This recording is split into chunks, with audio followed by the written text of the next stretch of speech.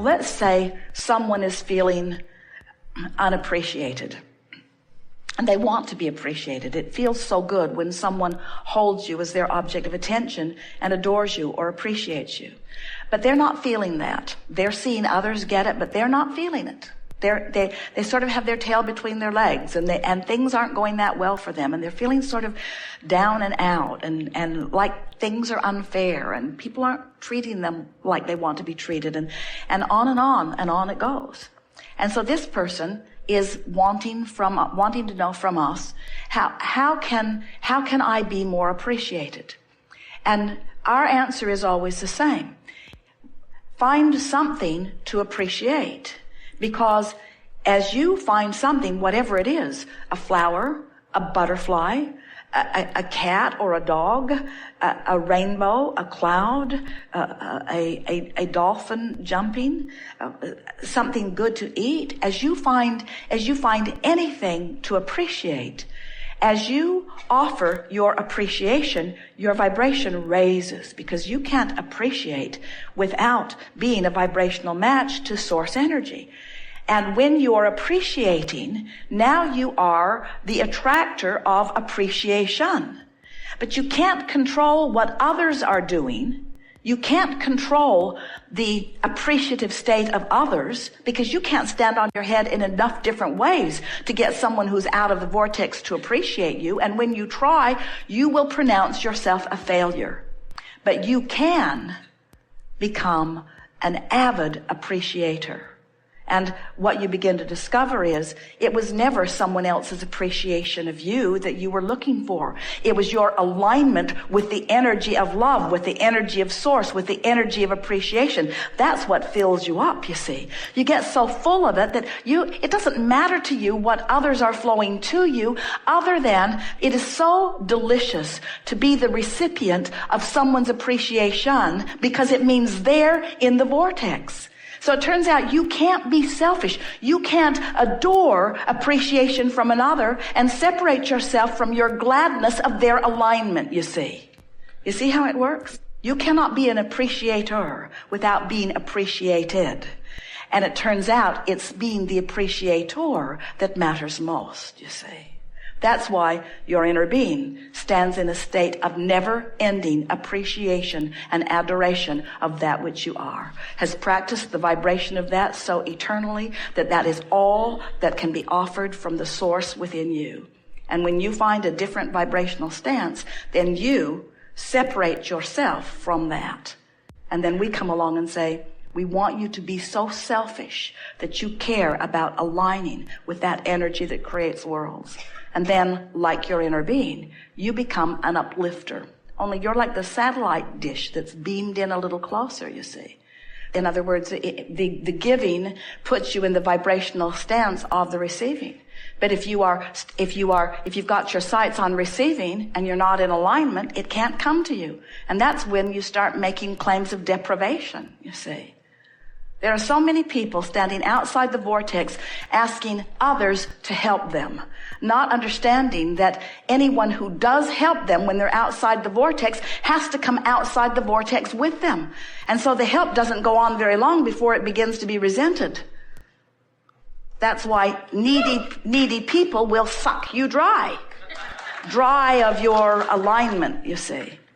What we want for you is your alignment with your power. We want not to create for you. We want you to discover your own creative power. You see, for us to be in the vortex, the only thing that we or anyone has to give to anyone else is the example of the vortex, because that's where all of the joy and all of the creative juices are, you see. So they are really one and the same. So your inner being is always broadcasting to you. And if you're not consistently in the vortex, even though your inner being is broadcasting utter appreciation and knowledge of who you are and is offering well-being, because your inner being is selfishly, hear this, tending to its own vibration, your inner being will not leave the vortex to find you wherever you are to lead you back in. Isn't that interesting? Your inner being maintains its vibrational frequency knowing that you will find it. Don't you love having an inner being who has that kind of confidence within you? Don't you love having an inner being who is projecting to you this powerful energy of well-being, knowing that you will find whiffs of it, that here and there you will find it, and as you follow it, in other words, how do you think you found us? How do you think you found this trail? How do you think you found this information? It's because you were close enough to the broadcasting of your inner being that it resonated with you when you found it.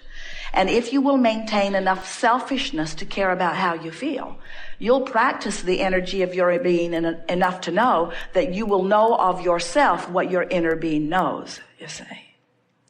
So now let's go back to something. The basis of it is in understanding that the problem and the solution are entirely different vibrations, just as the question and the answer are different vibrations. So if you have a friend or know someone who needs something, and you focus on their need long enough, you will leave the vortex, and then you will associate the terrible way you feel with their need. And in time, your friendship will disintegrate because you will incorrectly associate the way you feel with their plight.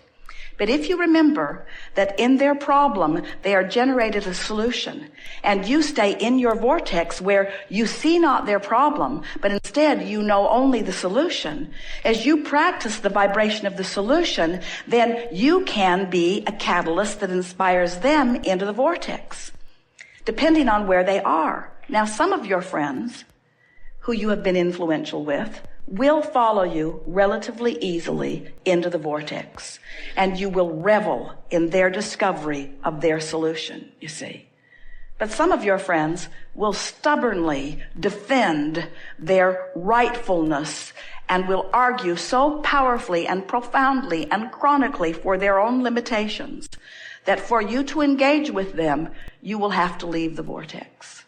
You will have to introduce the same resistance into your frequency that they've got going on, even to communicate with them at all.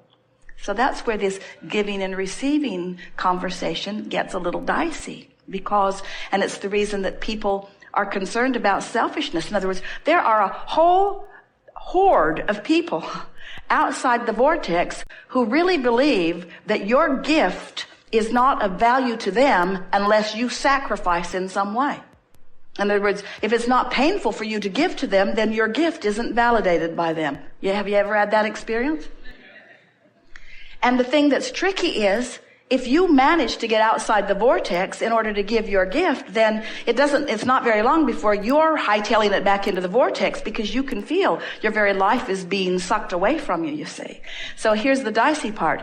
If you stay in your vortex, truly aligned with their solution, when they are unable to see their solution, they'll call you selfish.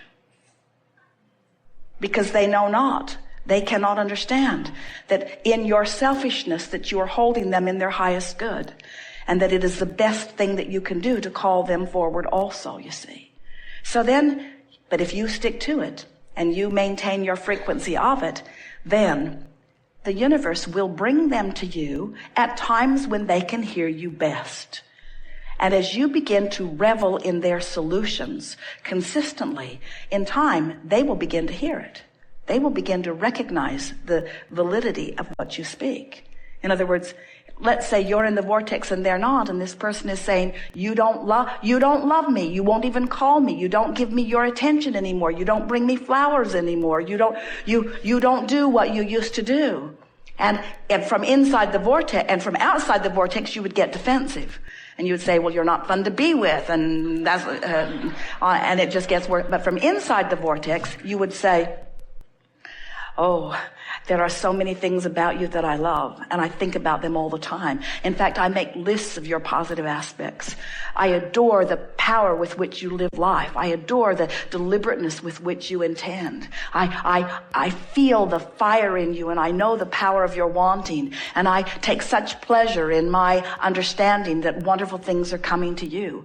I practice every day my positive expectation of the outcome that you're seeking, and I know with everything that I am, that a good life is coming to you because there is no one I've ever known that deserves it more. In other words, when you're in the vortex and you allow law of attraction to bring them to your vicinity and you selfishly deliver to them your version of who they really are, now you have a possibility of uplifting them into the vortex. But you will never, ever, ever be satisfied, not one time ever, if you allow them to talk you out of the vortex where you're dealing with them on their terms. And so if we were standing in your physical shoes, we would give up the word selfish and we would replace it with the word aligned. We would give up the word selfish and we would replace it with the word empowered. We would give up the word selfish and we would replace it with the word all that I am, with the whole of who I am, with the vortex of who I am. If you would add the word true self, true selfish. I'm truly selfish. But the peanut gallery, and we love them dearly, is not ready to hear that from you. They just want you to give them the money. Or they just want you to give them the relief that they're looking for right now. And what you have to decide is, I am not willing to give them short-term relief and sacrifice my position in my vortex. I am after their long-term relief. I'm after their long-term relief. Jerry said for years, Abraham, what's in this for you? What do you want? And we explained in many different ways that we are teachers of energy and alignment. But what we are really teachers of is allowing. We are teaching you to allow yourself the fullness of all that you've become. Because we know that all of your pleasure and all of your love and all of your joy and all of your satisfaction and all of your appreciation and all of your zest for life and all of your clarity and all of your friskiness comes from your alignment with the fullness of who you are. And nothing else even comes close to satisfying it. So there are a lot of people that try to fill that gap with stuff. They buy one more thing and bring it home, or eat something, or snort something, or shoot something, or drink something. In other words, they want relief from resistance. But we know that you want far more than relief from resistance. You want the fullness, the full embracing of the fullness of who you are. You are creators with the power to create worlds flowing through you, you see. And nothing less than that will ever be satisfying for you. So yes, you could say we are emphatically, stubbornly holding our vision of who you are. But it's not a vision that we made up. It's a vision that you made up. It's your creation that we are holding tight to, you see. You see it all fits together? You were source energy before you came into this physical body, and only a small part of you came and focused here. The larger part of you still exists in this vortex. As you explore the contrast, knowing what you don't want, knowing what you do want, you launch these rockets, which your inner being, and that's where we stand. We stand inside this vortex, holding steady the vibrational stance of all that you've asked for as you incrementally increase your vortex, as the capacity of who you are continues to increase. We hold steady to that vision. We hold steady to that vision, knowing with everything that we are that you will return to the vortex. And we know it for sure because when you croak, you have no choice, because when you withdraw your consciousness from things that are bothering you, you reemerge into the wholeness of who you really are, and we revel. So why are we playing this game with you now?